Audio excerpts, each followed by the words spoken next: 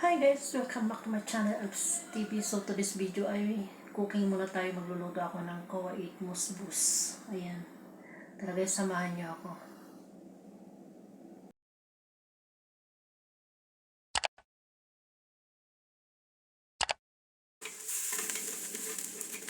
So ayan na nga guys, umpisahan ko na ang pagluluto. Ayan, at nagsaute na ako ng sibuyas, bawang at siling mahaba. Ayan, isuti lang natin para yung kanyang amoy ay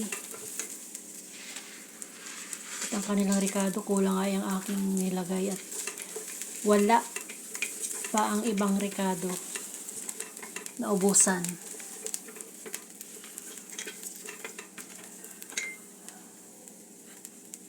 Kaya nilagay ko na nga ang manok. Isang manok lang ang niluto ko araw-araw. So, isuti lang na natin siya ng isuti hanggang sa mag golden brown siya.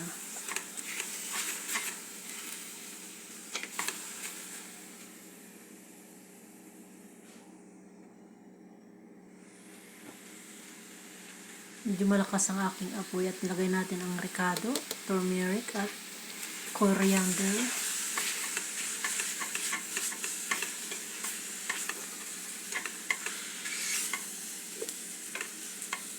Ayan, at kunting suti lang siya at ilalagay natin siya ng hot water na.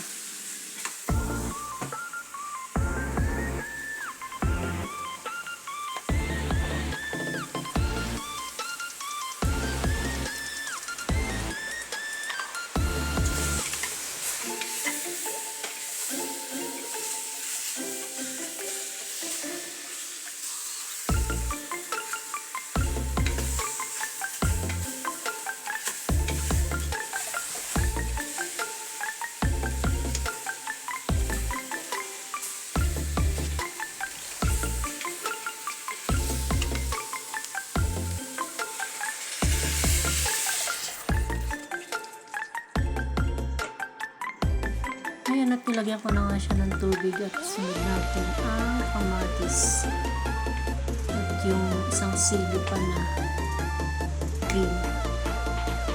Ayan, lemon, black lemon. Ayan din, pakuluan na natin siya ng 10 minutes.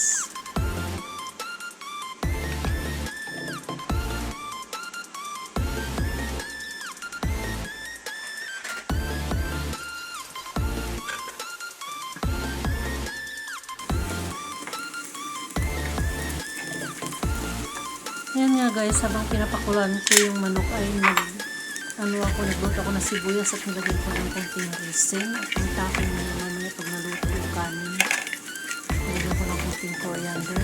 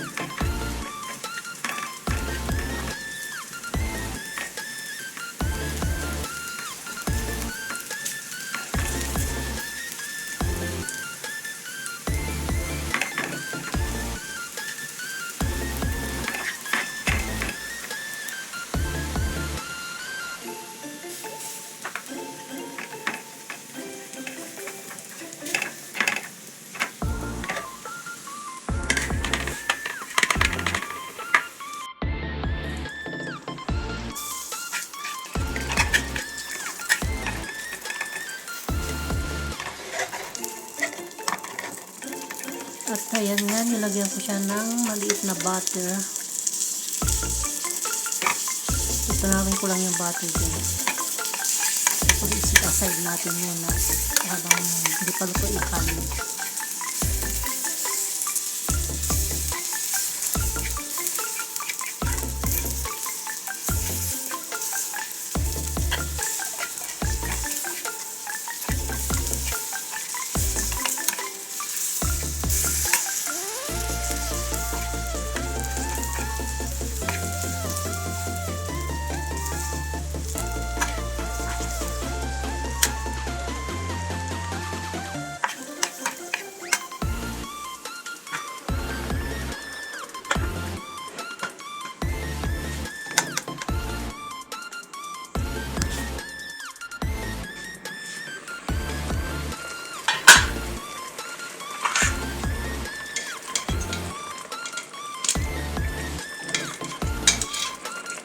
Ayan, luto ang ating manok.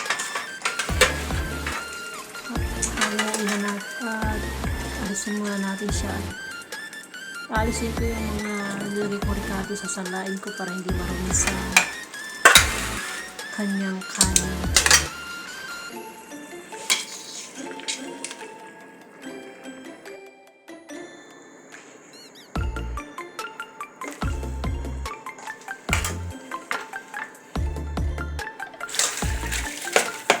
Ayan, nilagay ko na yung bigas.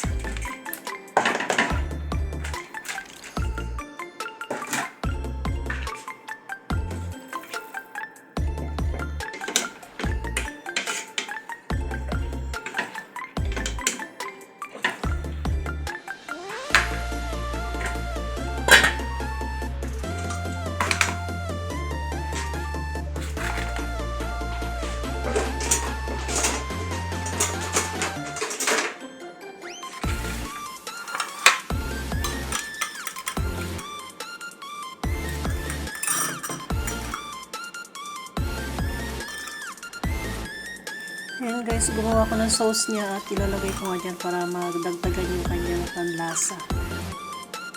Ricado din yan, tsaka olive oil. Nakalimutan ko rin lagyan ng lemon.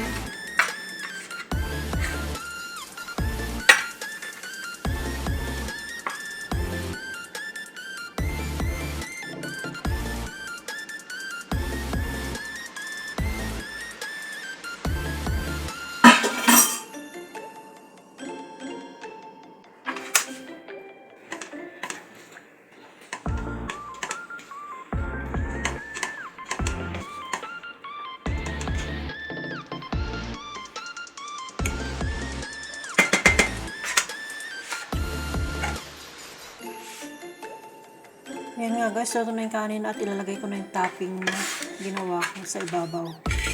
And then painhinan ko lang siya ng 15 minutes habang naka-oven yung chicken niya.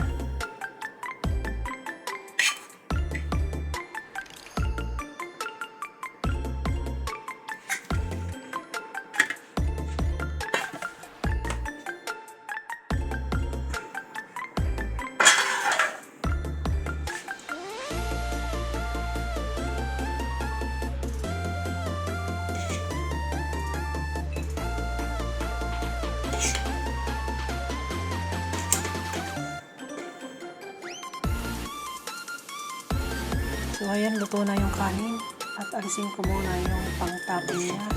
Mamaya itatapping ko ulit sa ibabaw bago ko lagay yung chicken. Isasalin ko muna siya sa topper yung kanin.